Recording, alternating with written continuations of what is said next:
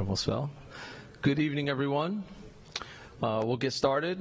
Thank you all for being here tonight and for choosing to spend your Thursday evening with us here in support of the Up-County community.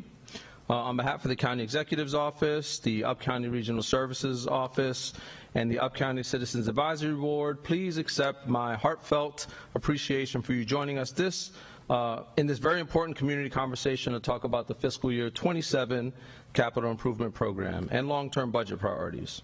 My name is Ruben Rosario. I am the Up-County Regional Services Director, which means that I work under the direction of the County Executive as an extension of his office. I work side by side, so to speak, in the trenches with County Council and ultimately for you, the community, the people, the residents, the good residents of Montgomery County. My role, like the other four RSDs, is to, it can get pretty complex, but it's pretty much to help support you in whatever needs you have or any services you request of local government. So what my office pretty much pledges is if you call us, we will do everything we can to resolve your problem, and if we cannot, we will make sure that we get you in contact with whomever in Montgomery County that could or can. Before we get too far down the road, I'd like to extend a warm Up-County welcome and small, quick round of applause for Chief Administrative Officer Rich Madalino for filling in for the County Executive tonight. I'd also like to recognize some of our elected officials that are here present tonight and always demonstrate their relentless dedication to community service by being present and listening to the voices, or the many voices, within our Up-County community. So I see State Delegate Greg Wims. Thank you. Councilmember Marilyn Balcom, thank you so much. Councilmember Dawn Lutke, we were just talking, but okay, there you are. And I think that's everyone. I'd also like to acknowledge the County Executive's team, the Office of Management and Budget, TEBS, our technology folks, and of course the BlackRock staff who always support what the County Executive and what the office is trying to do up here by being kind and welcoming us and just hosting these events with great professionalism. I think on your seat, or maybe via this QR code, if you scan the QR code with your electronic device, you'll see some more information on tonight's program, including a list of priorities and a list of 45 different capital projects that are already in the budget. I'm just saying how many people are doing it, that's all. The way tonight's going to go, I'll give you a quick rundown. So immediately after me, you'll hear from the chair of our UCAB, followed by an OMB representative to tell you a little bit about the program and how it works. And then from the great Chief Administrative Officer, Rich Madalino. After that, sometime close to the end of the hour, I'll come up and break us up into smaller breakout sessions that will take place in a very lovely room across the hall, affectionately referred to as the Black Box. In that Black Box, there'll be 6 tables. They're already set up. There'll be a flyer, which will have a lot of the information that you already just found, hopefully, when you scanned. And at those tables, you'll be able to discuss and share your opinions on how you think the county should spend its money in terms of capital improvements, of course. The topics for each table, the subjects that you'll talk about, are education, the environment, general services, parks, recreation and libraries, and transportation. Please share your thoughts. Remember that the Up-County is vast. It consists of a very expansive area. It's a region that represents approximately half of the county's land area and over 350,000 residents. It's beautifully, in my opinion, made up of at least 18 different municipalities from Germantown, Clarksburg, Damascus, Poolesville, and several other communities that we are very proud of. The history and diversity of the Up-County add a layer of complexity, however, that make it even more important for everyone's voice to be heard and considered as we move into the fiscal year 27 spending conversation. A great way to ensure that everyone's voice is heard is for you to be open tonight and candid about what you think. Another way to do that is to work closely, hopefully now and in the future, with our Up-County Citizens Advisory Board. So, without further ado, I'd like to welcome and invite up to the stage our Up County Citizens Advisory Board Chair, Ms. Crystal Bivens, to share a few additional opening remarks.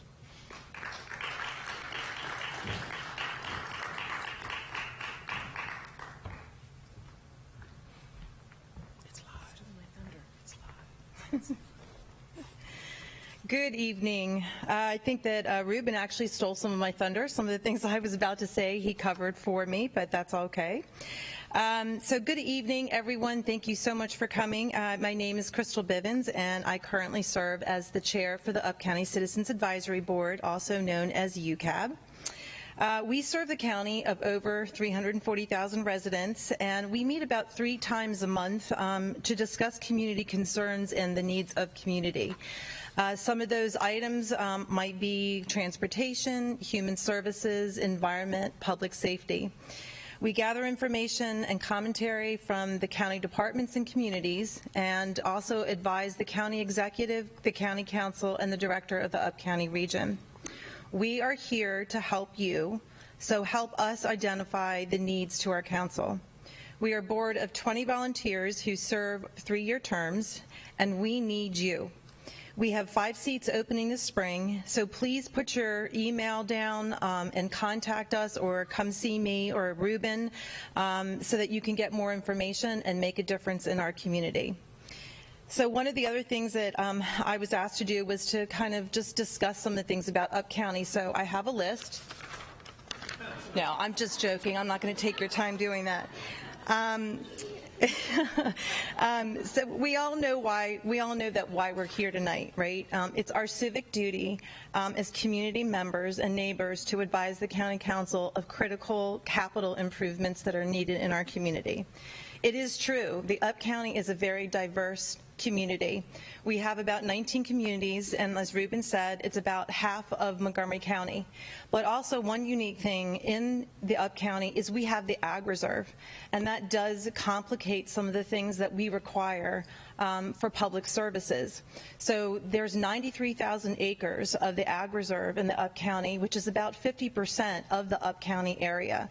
And with that, it displaces us far, near, between. And so sometimes the same services and the same capital needs that we have in other parts of the county are very different for us here in the Up County. I agree with Ruben. Please be very honest tonight. There's no wrong comment. There's no wrong example. There's no wrong concerns. I think the most part is that we get together, we have a good time exchanging dialogue and identifying those items that are really important to us here in Up County.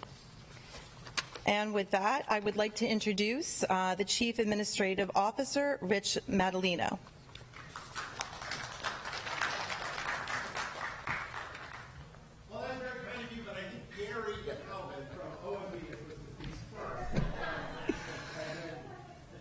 I want to clarify I'm not the Chief Administrative Officer, yet or ever. Give me a moment, just let me.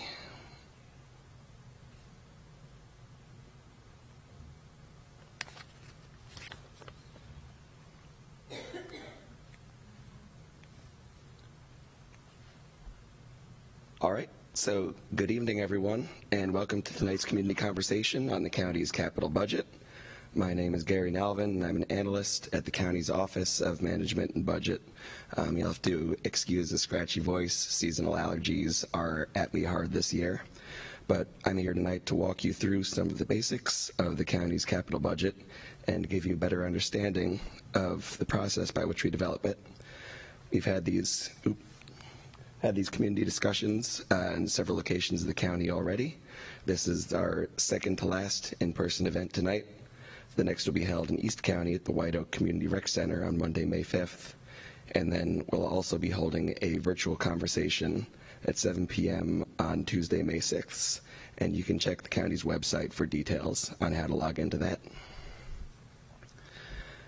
On behalf of OMB, the County Executive, and the Citizens Advisory Board, I'd like to thank you all for coming out tonight.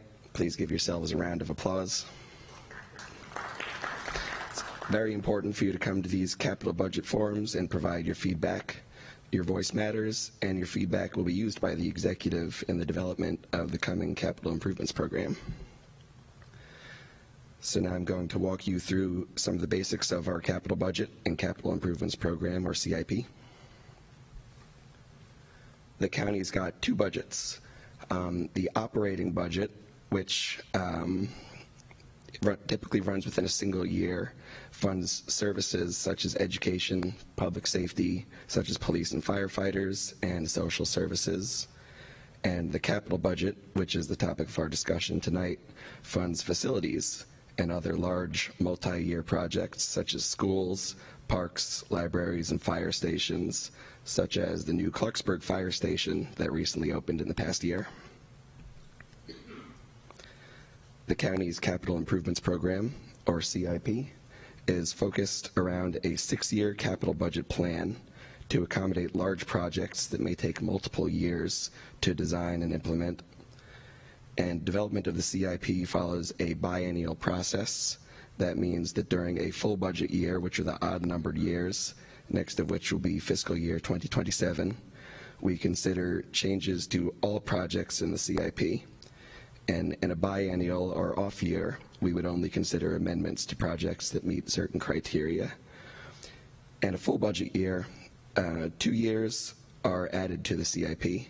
So for example, the current approved CIP runs from fiscal years 25 through fiscal year 30. The FY27 capital budget and capital improvements program will run in years fiscal year 2027 through 2032. And because those years 31 and 32 are not currently in the capital improvements program, they are the years that typically have the most funding capacity in which we would be adding new projects.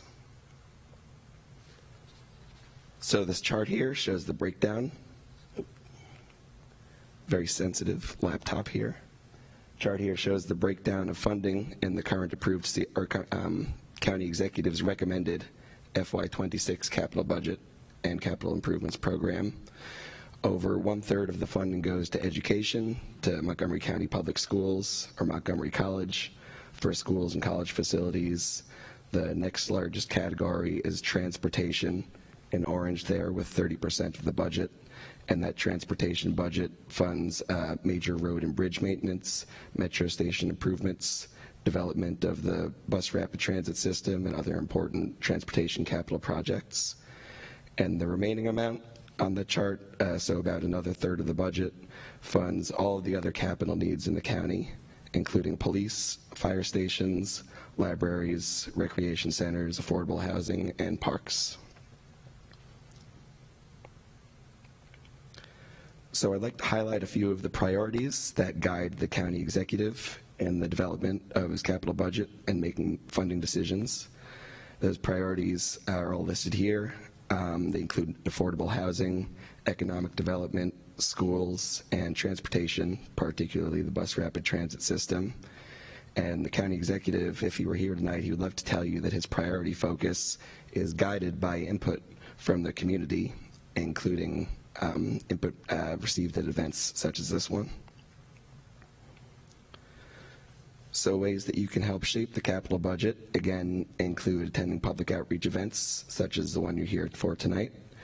You can give feedback during the county's, or the county council's public hearings on the capital budget, which usually take place in February and are publicized in the news and on the county's website. You can participate in public boards, committees, and commissions, including the Citizens Advisory Board. Contact your elected officials directly through emails or letters, and be sure to utilize the county's MC 311 service by dialing 311 if you need to report infrastructure repairs or other needs or issues with county facilities. I want to point out that the County Board of Education is a separate entity from the Montgomery County government, and they independently adopt and transmit a recommended capital budget to the county executive. The county executive will then take that recommendation from schools and will recommend an aggregate funding allocation in the capital budget for the entire school CIP, rather than picking out funding in individual schools' projects. And we follow a similar process for other independent agencies, such as Montgomery College, Park and Planning Commission, and WSSC Water. So if residents would like to provide feedback on issues related to these departments' capital budgets, we would encourage you to contact those agencies directly. I just want to walk you through the capital budget timeline now. As you can see, we've already started the first step, which is community engagement. Starting in September, government departments will submit capital budget requests to OMB for review. OMB will then develop recommendations, which are presented to the county executive. And during the fall and winter, OMB works with the executive to review requests and make budget decisions. During this time, the executive also receives the requests from outside agencies, including schools. And on January 15th, the executive transmits his recommended capital budget to the council. Between January and May, public hearings are held, the council reviews and approves the final capital budget. And during that time, the executive may also send amendments to reflect things such as operating budget considerations and new state aid.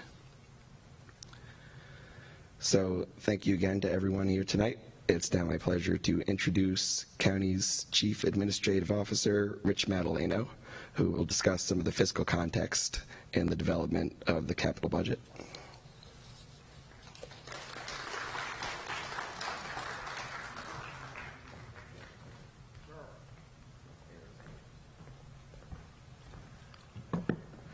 Thank you all very much. It's kind of fitting to be in a theater. You probably came in expecting certain performances by the leads, and you've opened your program to find that the understudy is coming on tonight. So I'm very sorry about that. The county executive had a dental procedure this afternoon that did not go as planned, and you know, we thought having him drool in front of you would be a memorable evening, but he decided it would be better off to send me to speak to you. So I think I'm trying to, okay. So you may be confused as to why you're here for that fiscal year 27 budget that actually doesn't start until July 1st of 2026, when the council is in the middle of working on the budget for fiscal year 26 that starts this July 1st.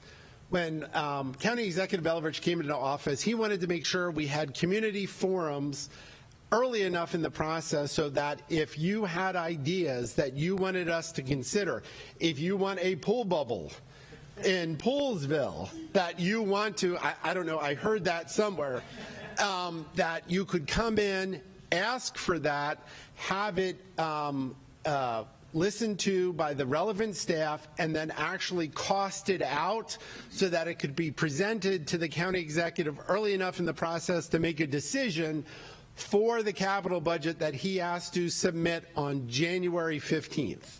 So we are so early in the process so that if you have an idea, a rec center in Emery Grove, we can figure it out, come up with the concept of what it would cost, and try to put it into the budget. Now, you heard Gary talk about the 6-year budget. The interesting thing about the Montgomery County's approach to the capital budget is the executive will submit a budget that outlines the next 6 years, but really the next 4 years are pretty much spoken for. So it'll be really what projects are going to be added in fiscal year 31 and fiscal year 32, which would be, when you think about it, the first 2 years of the term that starts not the next election, but the following election. So he'll be budgeting for the second term of his potential successor. And he is only now in the second half of his second term actually seeing projects get underway that he added when he was first elected. So it is an interesting process that pushes things out, but now is your time to talk about it because you want to get your projects into the budget now. How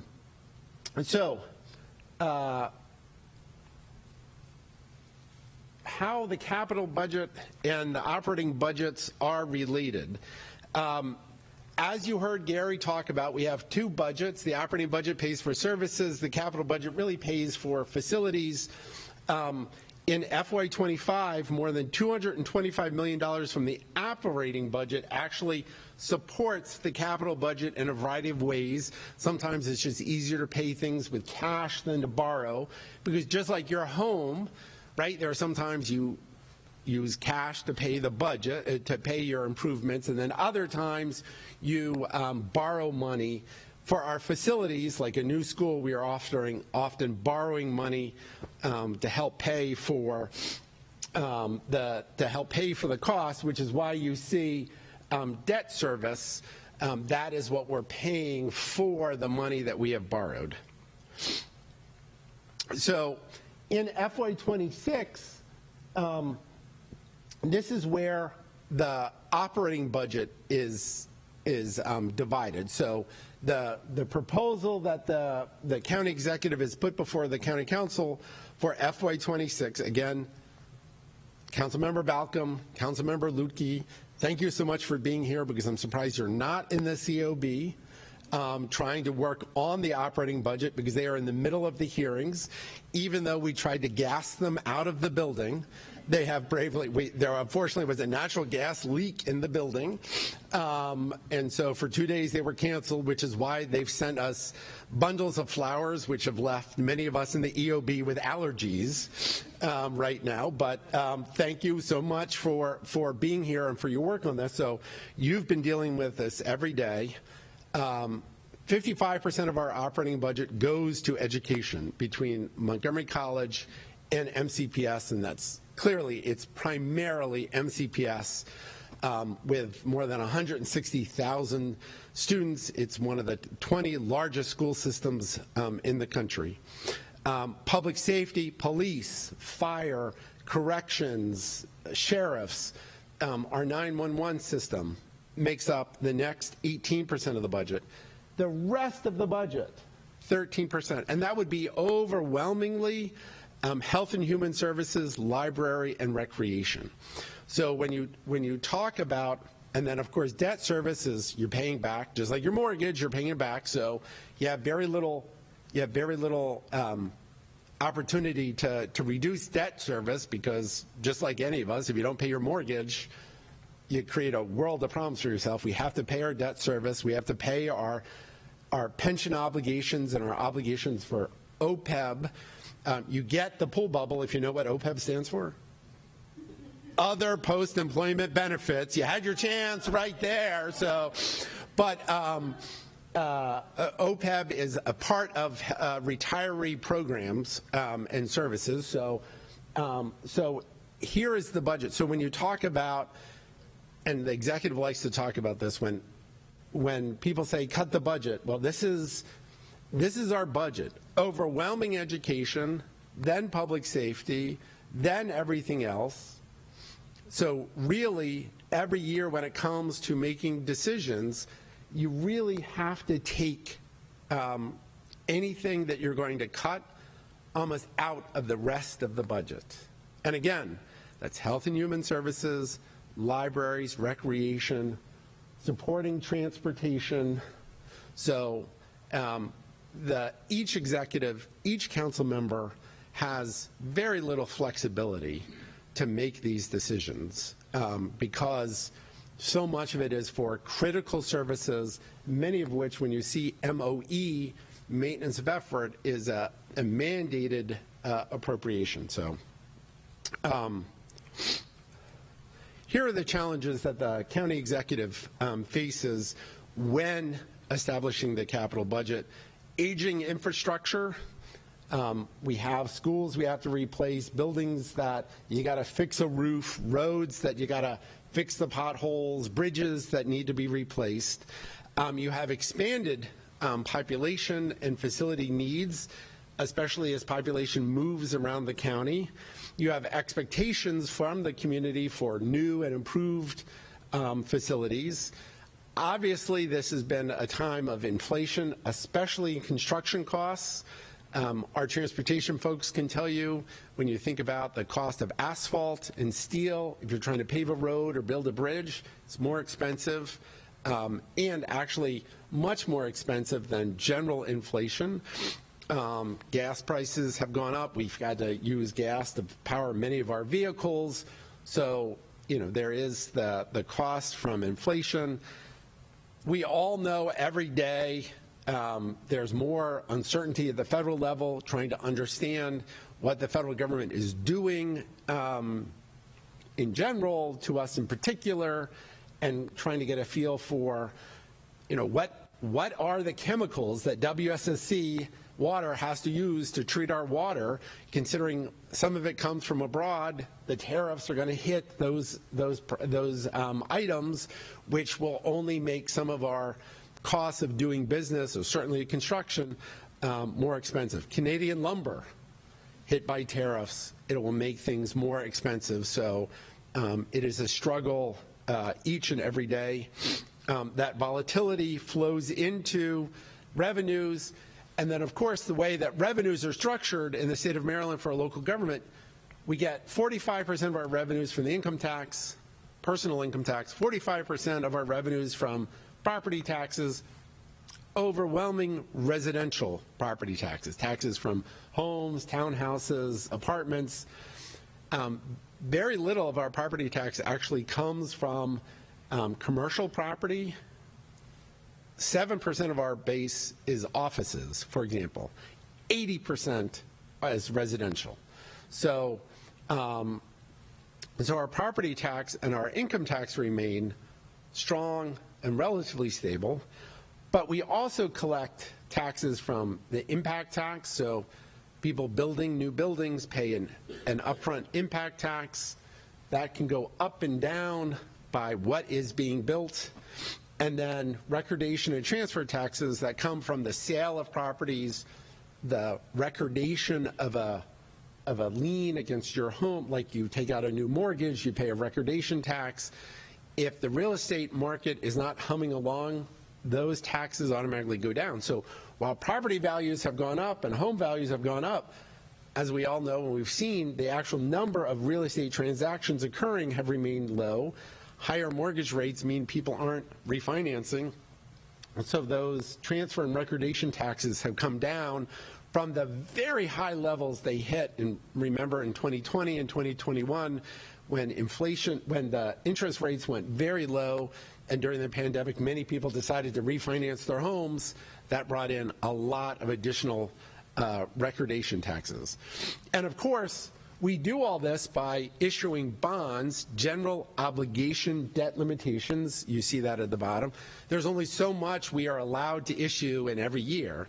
And for many years, we've been frozen at $280 million. So even though inflation has driven up the cost of building items, the actual amount that we're issuing in debt has remained low. So that makes kind of building the puzzle of the capital budget that much more difficult. As you can see with this chart, the blue line being I'll start with the gray line is how much money we've been putting in the capital budget, our general obligation debt. And you can see that it has remained a relatively stable number, running at a little bit more than 300 and then back to 280 for a very long period of time. But the cost of building has gone up. So if you notice the blue line, that would be how much, like in FY25, how much it would actually take to do $280 million worth of construction in FY09, the start of this chart. So if we kept pace with inflation, in order to deliver the same budget we did in FY09, we should be actually issuing $500 million worth of debt, but we're still at 280. So that has constrained our ability to do things. Governor Moore made sure that the state fixed this situation where they had been left in a similar situation, and actually increased significantly the size of the state capital budget so the state could meet its needs. We are trying to do the same thing. Well, we have not been able to do the same thing locally, and the county executive always tries to make the point that that just means our resources are constrained in our ability to meet the needs of the community. Which is why he regularly argues for the need to restructure our taxes. You may have heard him talk about how Northern Virginia has a different structure towards funding infrastructure. They use more taxes, both specifically around special taxing districts and on different types of property. Maryland has a rule: you can only have one property tax rate against all types of property. So it doesn't matter if it's a $100 million office building or a $100,000 townhouse, it is still the same rate everywhere in Maryland. Each local government can only have the same rate. Each county government, excuse me. Municipal governments can have different rates. Poolsville can do whatever they want from a taxing standpoint. County governments in Maryland are not allowed to do that. In Northern Virginia, for example, has a 12.5-cent commercial property tax on all property. So Fairfax County has a 12.5-cent tax on top of all their normal $1.15 property tax rate.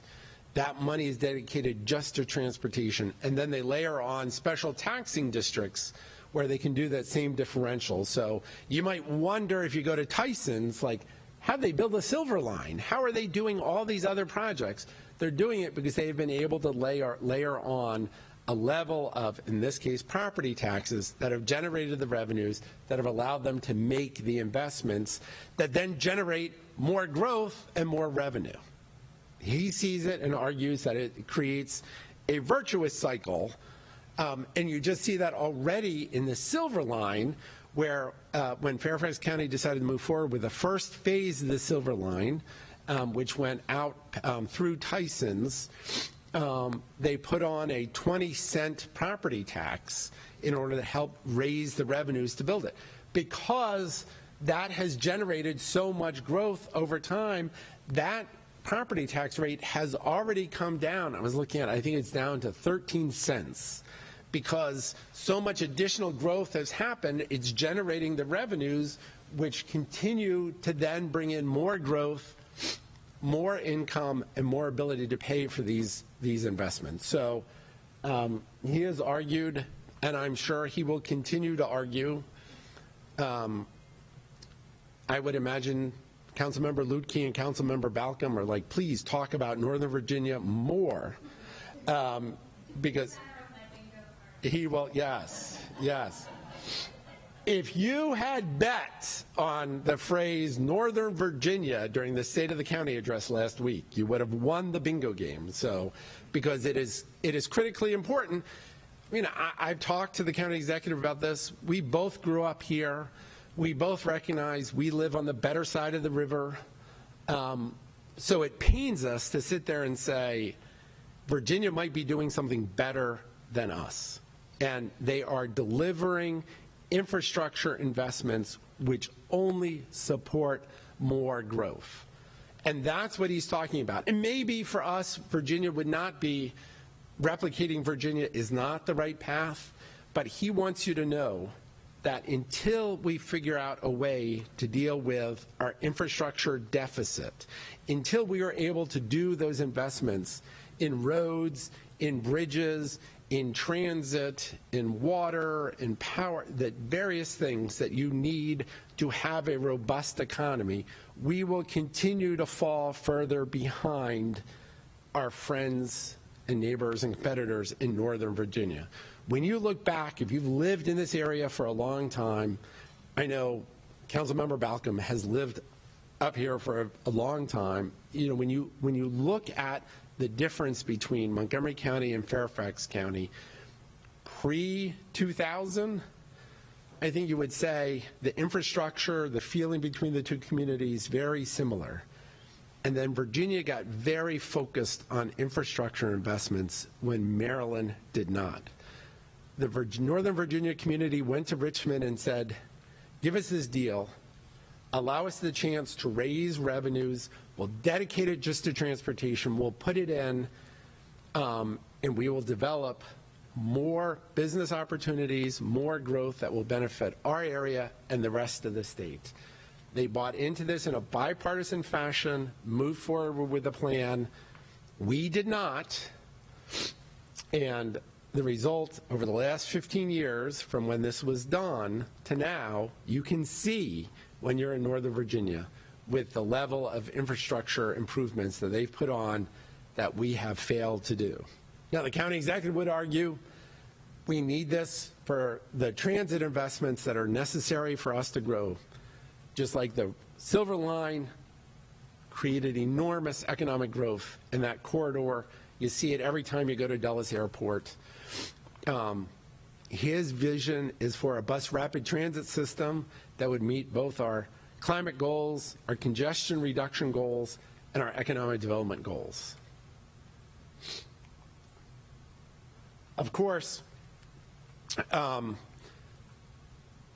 Lukey, you could probably come up and do a dance to this to go through, because we've talked about it a lot, but you can see how different communities are handling this taxation. And to remind people that from a property tax standpoint, at roughly $1.06, we have the lowest property tax rate in the metropolitan area, and it's a combined rate. As I mentioned, it can only be the same rate in the county for commercial structures, which are orange, and residential structures, which are blue. Frederick County, obviously Ebb County borders Frederick County, $1.11 property tax. Fairfax County, as you can see the difference between $1.17 and $1.29, that extra 12.5-cent countywide tax on commercial buildings. Howard County, $1.33. Prince George's County, $1.37, much higher than Montgomery County. And no one in the region has more of a differential than the District of Columbia, 85 cents on residential, up to a maximum $1.89 on commercial structures valued at more than $10 million. They have 3 tiers that go up. So, obviously this has been difficult for the district right now because they have such a skewed differential that as office building values have declined, they've taken a larger hit to their budget. So, we are going to have breakout sessions, and am I supposed to turn this over to Ruben right now to talk about this? Ruben Rosario, come on back. Oh, okay. All right. Our UCAB fearless chair is going to come out and explain the breakout sessions, but here's your chance to go out and meet at different tables with representatives from all these different entities to share your concerns, your ideas for a project. I assume the good people from Poolsville wanting a pool bubble community center, either parks or libraries and recreation to talk about that. Oh, but here is Ruben right now. I am happy to take questions. Right, now is the time. If anyone has any questions that you might have for me, now would be the time before you go to the breakout session. Oh, there is a question.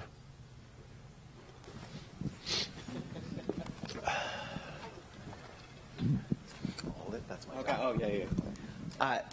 Do you have any projections for the expected hit to revenue over the next few years because of federal layoffs, and then, of course, the economic impact of an impending recession because of tariffs? The impact of a recession and how that may play out, especially due to tariffs, very hard to figure out. And we are trying to figure out the impact of the federal tax, the federal cuts on the community. It's,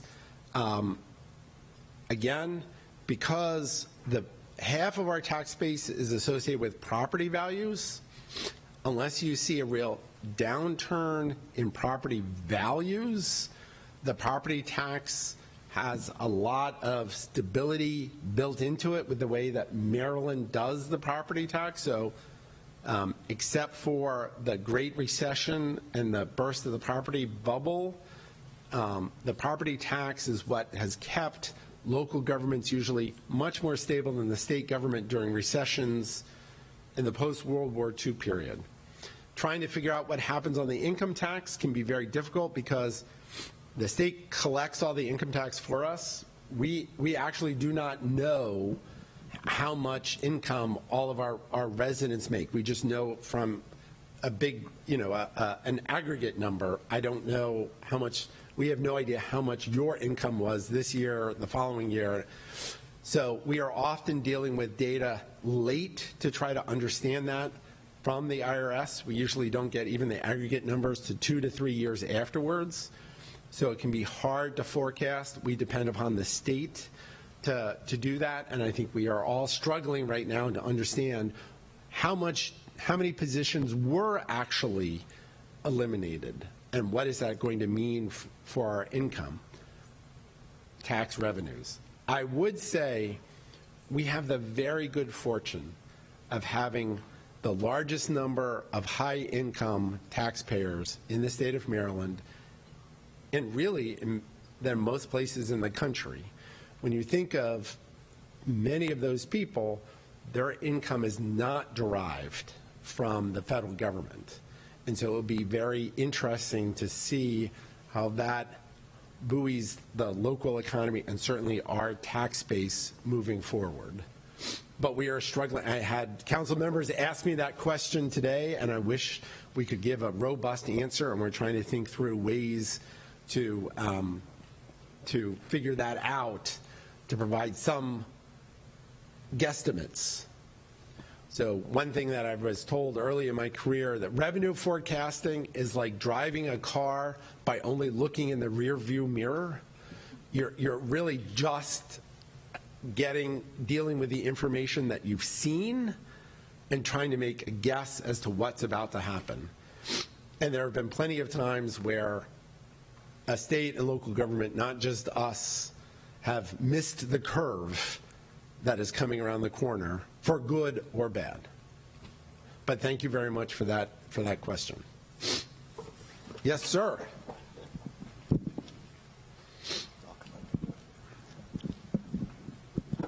Just a clarification, Rich, on the capital budget. So we've actually done a lot of the research on a pool bubble. We've visited quite a few. We've done a lot of numbers on them, too, based on contracts that we've read. And we sent that information to Robin Riley. I assume that's the way to get it, potentially in the budget, if she recommends it from her department. But the other question I've got is we do have money that's in the I think it's FY30 budget, because the construction of the community center won't take place till then. Based on what you were saying, though, is it impossible to get it moved up? Because we have healthcare needs, and we got a clinic in that community center that's unprecedented. We need it to be built as soon as possible. Could we get it moved up? I can't say you can't, but because every year, Rachel Silberman is our capital budget coordinator, doing a superb job. We've worked together for many years in Annapolis and then here. So every year there's a set aside, and that set aside number grows over the 6 years. So an executive has the opportunity to deploy that money. Sometimes projects you assume are going to happen 1 year there's been a delay for some reason, so you can move things around. So you want to make sure you're on the list for the county executive. Should there be that flexibility, that can happen. It is not without major challenges, because if everything else goes well, and as I mentioned, inflation costs associated with construction materials, and we're always trying to figure these things out, that if there was an opportunity the money could slide into a project that was ready to go or had a high need. That does not often happen. All right? So I want to finish really by especially thanking Councilmember Balcom, Councilmember Lukey. They work very hard on your behalf every day. It is an honor to work with them. I know it is not easy doing this work, and we greatly appreciate the partnership that the executive has with all 11 council members. Not surprisingly, 12 people don't see eye to eye on every issue, but they do see eye to eye on always trying to make sure this community is positioned to succeed in the future, always working together to make sure we can deliver outstanding services to our residents, to make sure that we continue to have what is clearly one of the best places to live, work, play, pray, not just in our country, but in the world. And that wouldn't be without the hard work and contributions of my colleagues in county government and our elected officials, the General Assembly, and the County Council and the County Executive, working to make this place so good each and every day. So thank you all very much. And now Ruben is going to tell you about what comes next.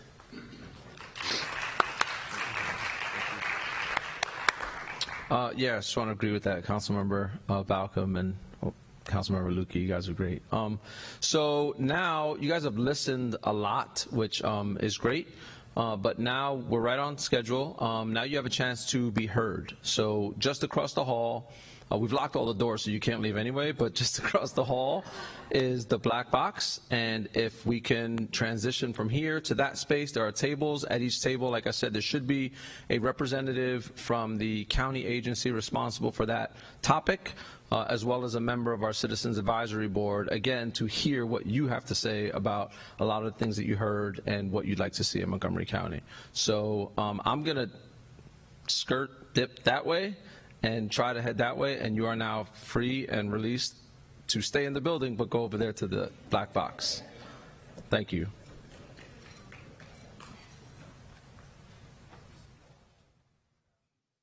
was important and mattered. Chuck, tell us about your friend. Friend is a great word, Katie. And I add to what David said. Thanks so much to